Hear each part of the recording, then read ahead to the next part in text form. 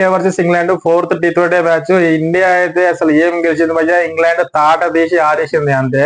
అసలు మనకు 2019 నుంచి ఇప్పటి వరకు వరుసగా 17 T20s ఇండియా గెలవడం అనేది నిజంగా ఎంతటి మనకు ఘన విజయం భయ్య. నిజంగా నిన్నటి మ్యాచ్ అయితే అసలు ఇండియాలో గెలవాలి T20 అంటే చాలా కష్టమని మళ్ళొకసారి ప్రూవ్ చేసిరు భయ్య. ఇండియా వాళ్ళు అసలు ఏం ఆడిరు భయ్య, నిజంగా ఏం ఆడిరు భయ్య. మరి ఇంగ్లాండ్ వాళ్ళు ఏం ఆడిరు భయ్య తెలుసుకోవాలి కదా. Let's go.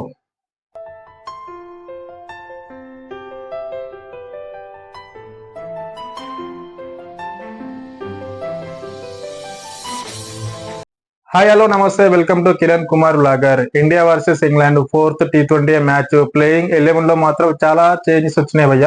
ఇండియాలో కానీ ఇంగ్లాండ్ లో కానీ అసలు అన్ఎక్స్పెక్టెడ్ భయ్య, నిజంగా అన్ప్రెడిక్టబుల్. గౌతమ్ గంభీర్ వచ్చేసి అసలు మొహమ్మద్ షమి ఆడతారని చెప్పేసి అనుకున్నాం, కానీ మొహమ్మద్ షమి అయితే ఆడలేడు ఈ మ్యాచ్ లో. అండ్ శివం డూబే తీసుకొచ్చిండు, ధ్రువ్ జురేల్ కూడా ఆడలేడు. రింకు సింగ్ అయితే బ్యాక్ అయ్యిండు ప్లేయింగ్ 11 లోకి. నిజంగా రింకు సింగ్ అండ్ శివం డూబే రావడం అండ్ హర్షదీప్ సింగ్ కూడా బ్యాక్ రావడం అనేది నిజంగా ఇండియాకి ప్లస్ పాయింట్ అని చెప్పొచ్చు. ఎందుకంటే ఇండియా మ్యాచ్ విన్ అయింది భయ్య, అందుకే ప్లస్ పాయింట్ అయ్యింది. శివం డూబే రావడం అయితే నిజంగా ప్లస్ పాయింట్. ఎందుకో ముందు మాట్లాడదాం. దానికంటే ముందు ఇంగ్లాండ్ ప్లేయింగ్ 11 లో కూడా చాలా మార్పులు అయితే వచ్చినాయి. 2 చేంజెస్ జరిగినాయి. దానిలో కూడా జాకోబ్ బేతల్ అయితే మళ్ళీ వచ్చిండు ప్లేయింగ్ 11 లోకి. అండ్ సాకిబ్ మహమ్మద్ భయ్య మార్కౌట్ ప్లేస్ లో వచ్చిండు. సాకిబ్ మహమ్మద్ అయితే నిజంగా అసలు ఏం ఆడతాడు భయ్య, మహమ్మద్ ఆడతాడా మార్కౌట్ లెక్క అనిపించింది, కానీ బాగానే ఆడిండు. తెలుసుకుందాం దాని గురించి కూడా. ఫస్ట్ అయితే ఇండియా అయితే టాస్ ఓడిపోయింది, ఇంగ్లాండ్ అయితే టాస్ గెలిచి బౌలింగ్ అయితే తీసుకుంది. ఇండియా వాళ్ళు అయితే బ్యాటింగ్ దిగిరు భయ్య. సంజు శాంసన్ అండ్ అభిషేక్ శర్మ.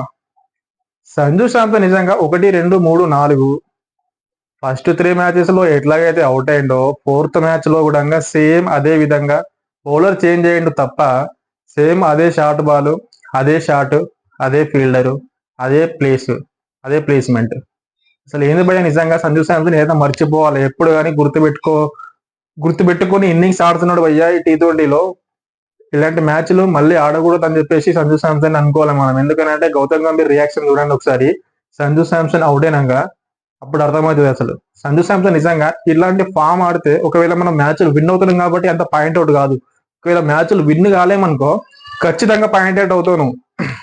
నువ్వే కాదు ఎవరైనా కానీ, ఏ ప్లేయర్ కానీ మన మ్యాచ్లు విన్ అయినామనుకో అసలు ఏ పాయింట్ కూడా రేజ్ కాదు. మనం మ్యాచ్లు విన్ కాకపోతే ఖచ్చితంగా పాయింట్ అవుట్ అవుతావు. ఆల్మోస్ట్ 4 మ్యాచ్లలో సేమ్ అదే విధంగా అవుట్ అవ్వడం అనేది నిజంగా చాలా బ్యాడ్ అది. ఎందుకనంటే ఎగ్జాంపుల్ గా చెప్తా చూడు, విరాట్ కోహ్లీ కూడా same out of the off stump ఆస్ట్రేలియాలో టెస్ట్ లో ఎట్లా అయితే అవుట్ అయ్యిండో అదే విధంగా ఇక్కడ కూడా సంజు శాంసన్, కాకపోతే అదే షాట్ కాదు కానీ వేరే షాట్, ఇదే స్క్వేర్ లెగ్ లో అయితే అవుట్ అయ్యిండు. బట్ అదే 4 times అవుట్ అవడం అనేది నిజంగా చాలా బ్యాడ్ థింగ్ అది. అండ్ నెక్స్ట్ అభిషేక్ శర్మ అయితే స్టార్ట్ అయితే వచ్చింది. అభిషేక్ శర్మకి 29 runs కొట్టిండు, కానీ దాని తర్వాత దాన్ని కంటిన్యూ చేయలేకపోయిండు, తర్వాత అవుట్ అయిపోయిండు. అండ్ మిగతా వచ్చిన తిలక్ వర్మ కానీ, సూర్యకుమార్ యాదవ్ కానీ, సంజు శాంసన్ కానీ 3 wickets ఎవరు తీసిరు భయ్య? సాకిబ్ మహమ్మద్. ఎవరు ఎక్స్పెక్ట్ చేయలే అసలు ఇంత మంచిగా చేశాడని చెప్పేసి. ఫస్ట్ ఓవర్ లో 6, 4 కొట్టిన అభిషేక్ శర్మ, సెకండ్ ఓవర్ సాకిబ్ మహమ్మద్ వేసిండు. సెకండ్ ఓవర్ లో 3 wickets పోయినాయి భయ్య. ఆల్మోస్ట్ 12 score, 3 wickets, 2 overs అంతే. ఇక్కడ నుంచి మ్యాచ్ 10 overs వచ్చిన తర్వాత 75 for 5 wickets, 79 for 5 wickets ఉండే. అట్లా చూడది 182 టార్గెట్ వాళ్ళకి ఇచ్చినాం. అంటే 181 కి మనం 181 కి మనం అయితే అవుట్ అయినాం. ఆల్అౌట్ అయితే కాదు, 9 wickets పోయినామనే కూడా 181 చేసినామని అంటే 20 overs లో. మరి ఎవరు మంచిగా ఆడిరు భయ్యా అని అంటే అసలు నిజంగా హరహర శివ అనుకోవచ్చు. హరహర శివ అంటే ఏం లేదు, హార్దిక్ పాండే అండ్ శివం డూబే నిజంగా పిక్ చేశారని ఎవరు ఎక్స్పెక్ట్ కూడా చేయలేరు భయ్య. అట్లా గౌతమ్ గంభీర్ అట్లా అన్ప్రెడిక్టబుల్ గా పిక్ చేశాడు. శివం డూబే ఫస్ట్ మ్యాచ్ లోనే హాఫ్ సెంచరీ చేసుకుంటూ. అండ్ హార్దిక్ పాండ్యా భయ్య, నిజంగా ఇది చాలా నేను మాట్లాడాలనుకున్నది హార్దిక్ పాండ్యా గురించి. ఎందుకనంటే లాస్ట్ మ్యాచ్ లో ఎట్లాగైతే 35 balls లో 40 runs చేసినప్పుడు ఎంతో మంది విమర్శలు ఎంతో మాట్లాడిరు. ఏం మాట్లాడిరు అంటే T20 ఆడుతున్నా, టెస్ట్ ఆడుతున్నాడా, వన్డేలో ఆడుతున్నాడా, 35 balls లో 40 runs చేయడం ఏంది భయ్యా చెప్పండి అని చెప్పేసి చాలా ట్రోల్స్ కూడా చేసిర్రు. బట్ దానికి నిజంగా కంబ్యాక్ అసలు ఏమి ఇచ్చింది భయ్య హార్దిక్ పాండ్యా చెప్పండి. 30 balls లో 53 runs, 4 4s, 4 6s, మామూలుగా ఆడలే. 50 runs చేయడం అనేది నిజంగా ఆ సిచ్యువేషన్ లో వచ్చి 79 ఫర్ 5 వికెట్స్ ఉన్నప్పుడు ఆ సిచ్యువేషన్ లో వచ్చి 53 రన్స్ చేయడం అనేది నిజంగా సెంచరీ చేసినట్టే. అట్లా హార్దిక్ పాండ్యా ఏదో ఒక మ్యాచ్ లో ఆడలేనంత మాత్రాన మనం ఏదో ట్రోల్ చేయాల్సిన మన ఇండియా ప్లేయర్స్ ఆడతలేరు అసలుకే. ఆడందే మనకి ఇన్ని కప్పులు, ఇంత మంచి పేరు ఇండియాకి. ఇండియన్ క్రికెట్ ప్లేయర్స్ అంటే ఎంతో మంది ఆస్ట్రేలియా కానీ, ఇంగ్లాండ్ కానీ, న్యూజిలాండ్ కానీ, వెస్టిండీస్ కానీ భయపడతారు మనలో చూస్తే. అంత పేరు తెచ్చుకుని ఎందుకు పోయి ఊకేనే కాదు కదా, ఆడుతురు కాబట్టి కదా. ఒక మ్యాచ్ లో ఆడకపోతే నెక్స్ట్ మ్యాచ్ లో ఆడతారు అంతే. ఒక్కోసారి ఫామ్ ఎప్పటికి ఉండదు కదా. అట్లనే సేమ్ హార్దిక్ పాండ్యా అయితే జబర్దస్త్ ఆడిండు. ఈ మ్యాచ్ గెలవడానికి రీజన్ అయితే నిజంగా హార్దిక్ పాండ్యా. ఒకవేళ స్కోర్ అయితే మనం కొట్టలేకపోతే మాత్రం చాలా కష్టంగా అవుతుండే. And Shivam Dube first match లో వచ్చిండు, హాఫ్ సెంచరీ చేసిండు. నాకు ఒక షాట్ అయితే నచ్చింది భయ్య శివం దుబే నుంచి. ఆదిల్ రషీద్ వేసిన బౌలింగ్ లో 6 కొట్టిండు చూడు భయ్య, ఏమైనా కొట్టిండు అసలు. చంద్రుని ఆకేసినట్టు అనిపించింది, అంత మంచిగా కొట్టిండు షాట్ అయితే. జబర్దస్త్ సౌండ్ కూడా వచ్చింది. అండ్ దాని తర్వాత మనలో 181 రన్స్ అయితే చేసి 182 టార్గెట్ అయితే ఇంగ్లాండ్ వాళ్ళకి ఇచ్చారు భయ్య. దాని తర్వాత వచ్చిన ఇంగ్లాండ్ కూడా 3-4 ఓవర్స్ వరకు వికెట్ పోలే. ఫిలిప్ సాల్ట్ కానీ, బెండకట్ కానీ మంచిగా ఆడిరు. ఫిలిప్ సాల్ట్ లాస్ట్ 3 మ్యాచ్లలో తొందరగా అవుట్ అయినా కానీ ఈ మ్యాచ్ లో ఆల్మోస్ట్ ఒక 23 రన్స్ ఏమో చేసిండు. మంచిగానే ఆడిండు. ఆడుతున్నా అనుకున్నాం కానీ అక్షర్ పటేల్ వచ్చి బౌల్ చేసిండు, జబర్దస్త్ బౌలింగ్. అండ్ దాని తర్వాత బెండకట్ 39 రన్స్ చేసిండు భయ. ఆల్మోస్ట్ 19 బాల్స్ 20 బాల్స్ ఏమో ఆడిండు అంతే. బెండకట్ కూడా రవి బిష్ని అవుట్ చేసిండు. దాని తర్వాత జాస్ బట్లర్ వచ్చింది, రవి బిష్ని అవుట్ చేసిండు. ఆల్మోస్ట్ మన బౌలర్లు అయితే Ravi Bishnoi and Varun Chakravarthy, Akshar Patel only spin బౌలర్లకి 6 వికెట్స్ వచ్చినాయి భయ్య. రవి బిష్నోయ్కి 3 అండ్ వరుణ్ చక్రవర్తికి 2, అక్షర్ పటేల్కి 1. అండ్ మిగతావి ఫాస్ట్ బౌలర్స్ కి హర్షదీప్ సింగ్ ఒకటి. హర్షదీప్ సింగ్ ఫస్ట్ 3 ఓవర్స్ చాలా ఎక్స్పెన్సివ్ గా ప్రూవ్ అయిన లాస్ట్ ఓవర్ మాత్రం మంచిగా చేసిండు భయ్య.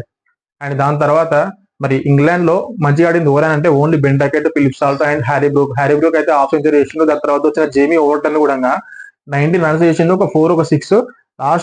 లాస్ట్ 11 బాల్స్ కి 21 రన్స్ కావాలన్నప్పుడు జేమీ ఓవర్టన్ ఉన్నప్పుడు ఏంది భయ్య మ్యాచ్ మన గెలిపిస్తాడా ఇంగ్లాండ్ కి అనిపించింది భయ్య. నాకైతే అనిపించింది. ఎందుకని అంటే కొడుతున్నాడు భయ్య, కొడుతున్నాడు అక్కడ. కానీ అక్కడ ఉన్నది ఎవరు ఇంగ్లాండ్, కానీ ఇక్కడ ఉన్నది ఎవరు ఆపోజిట్ ఇండియా బౌలర్లు. అస్సలు మ్యాచ్ గెలిచేదేలే ఎవరు ఇంగ్లాండ్ వాళ్ళు. అట్లా అసలు పర్ఫార్మెన్స్ ఇచ్చారు భయ్య. నిజంగా ఎంటర్టైన్మెంట్ ఇరుకు, 4లు ఇరుకు, 6లు ఇరుకు, అసలు మామూలు ఎంటర్టైన్మెంట్ కాదు భయ్య. నిన్న జబర్దస్త్. ఫైనల్ గా ఇండియా అయితే మ్యాచ్ గెలిచింది భయ్య. మ్యాచ్ ఏంది భయ్య, మ్యాచ్ సిరీసే గెలిచింది ఇండియా. 4 మ్యాచ్లలో 3 మ్యాచెస్ ఇండియా గెలిచింది, ఒక్క మ్యాచ్ మాత్రమే ఇంగ్లాండ్ గెలిచింది. అండ్ నెక్స్ట్ మ్యాచ్ వచ్చేసి వాంకడే అంటే ముంబై అంటే అక్కడ ఉన్నారు కదా ఇండియన్ ప్లేయర్స్ ఎంతమంది ఉన్నారు, సూర్యకుమార్ యాదవ్, హార్దిక్ పాండ్యా, తిలక్ వర్మ, ముంబై ప్లేయర్స్. ఇలాంటి ప్లేయర్స్ ఉన్నప్పుడు ఖచ్చితంగా మనకు వాంకడే మనకు కలిసి వస్తుంది. లాస్ట్ T20 వరల్డ్ కప్ కూడా వాంకడ్ లో జరిగినప్పుడు ఖచ్చితంగా రోహిత్ శర్మ చెప్పిండు, ఏం చెప్పిండు, ఇక్కడ ముంబై భయ్య వాంకడే మమ్మల్ని ఎప్పుడు డిసప్పాయింట్మెంట్ చేయలేదు. ఆల్మోస్ట్ ఓడిపోయి మ్యాచ్ కూడా గెలిచిరు అప్పుడు. అండ్ ఇక్కడ నిజంగా ఫైనల్ గా నేను చెప్పాలనుకుంటున్నా ఏందనంటే ఇంగ్లాండ్కి నిజంగా విన్నింగ్ ఛాన్స్ ఎక్కువ ఉండే భయ్య, గెలిచే ఛాన్స్ ఎక్కువ ఉండే. ఎందుకనంటే వాళ్ళు బౌలింగ్ జబర్దస్త్ వేసిరు, బ్యాటింగ్ చేయలేకపోయారు అంతే. అండ్ ఇండియా నిజంగా ఒకవేళ బ్యాటింగ్ మంచిగా చేయలేకపోతే చాలా కష్టమవుతుండే. మన దగ్గర బౌలింగ్ మంచిగా ఉంది, కానీ బ్యాటింగ్ లో హార్దిక్ పాండ్యా, శివం దేవ్ వచ్చి ఇద్దరు 100 రన్నులు పార్ట్నర్షిప్ కనుక ఇవ్వలేకపోతే చాలా కష్టమవుతుండే ఇండియాకి. వాళ్ళు ఆడడం వల్ల అయితే నిజంగా చెప్తున్నా, వాళ్ళ రన్స్ సెట్ చేయడం వల్లనే ఇండియా గెలిచింది భయ్య. నాకు అనిపిస్తుంది. మీ ఒపీనియన్ ఏదో కింద కామెంట్ లో రాయండి. అండ్ లాస్ట్ మళ్ళీ చెప్తున్నా, ఈ వీడియో కనుక మీకు నచ్చండి అయితే లైక్ చేయండి, కామెంట్ చేయండి, షేర్ చేయండి. కొత్త వాళ్ళు చూసుకుంటే మాత్రం సబ్స్క్రైబ్ చేసుకోండి భయ్య. అండ్ ఇంకోటి, ఈ 2025 ఐపీఎల్ సీజన్ లో రివ్యూస్ అంటే ఏంది భయ్య, మ్యాచ్ కి ముందు ఏ టీం కి అయితే విన్నింగ్ ఛాన్స్ ఎక్కువ ఉందో అది చెప్తాం. అండ్ మ్యాచ్ అయిపోయినాక మళ్ళీ reviews and best performances, best bowler, best batsmen, best situations, ఇవన్నీ మీకు కావాలి. మీరు మంచి ఐపీఎల్ ఎంటర్టైన్మెంట్ గా చూడాలి, ఎంజాయ్ చేయాలి అనుకునే వాళ్ళు ఖచ్చితంగా కింద ఉన్న సబ్స్క్రైబ్ బటన్ ని సబ్స్క్రైబ్ చేసుకొని పెట్టుకొని బెల్ ఐకాన్ ని క్లిక్ చేసుకొని పెట్టుకోండి. ఎందుకనంటే ప్రతి ఒక్క అప్డేట్ నేను చేసినప్పుడల్లా మీరు వెంటనే చూడాలంటే క్లిక్ చేసుకొని పెట్టుకోండి బెల్ ఐకాన్ ని. అండ్ నెక్స్ట్ వీడియోలో మళ్ళీ మనం కలుద్దాం. వాంకడే, ముంబై ఆ ప్రివ్యూలో మళ్ళీ మనం కలుద్దాం. అప్పటి వరకు థ్యాంక్ యూ ఫ్రెండ్స్.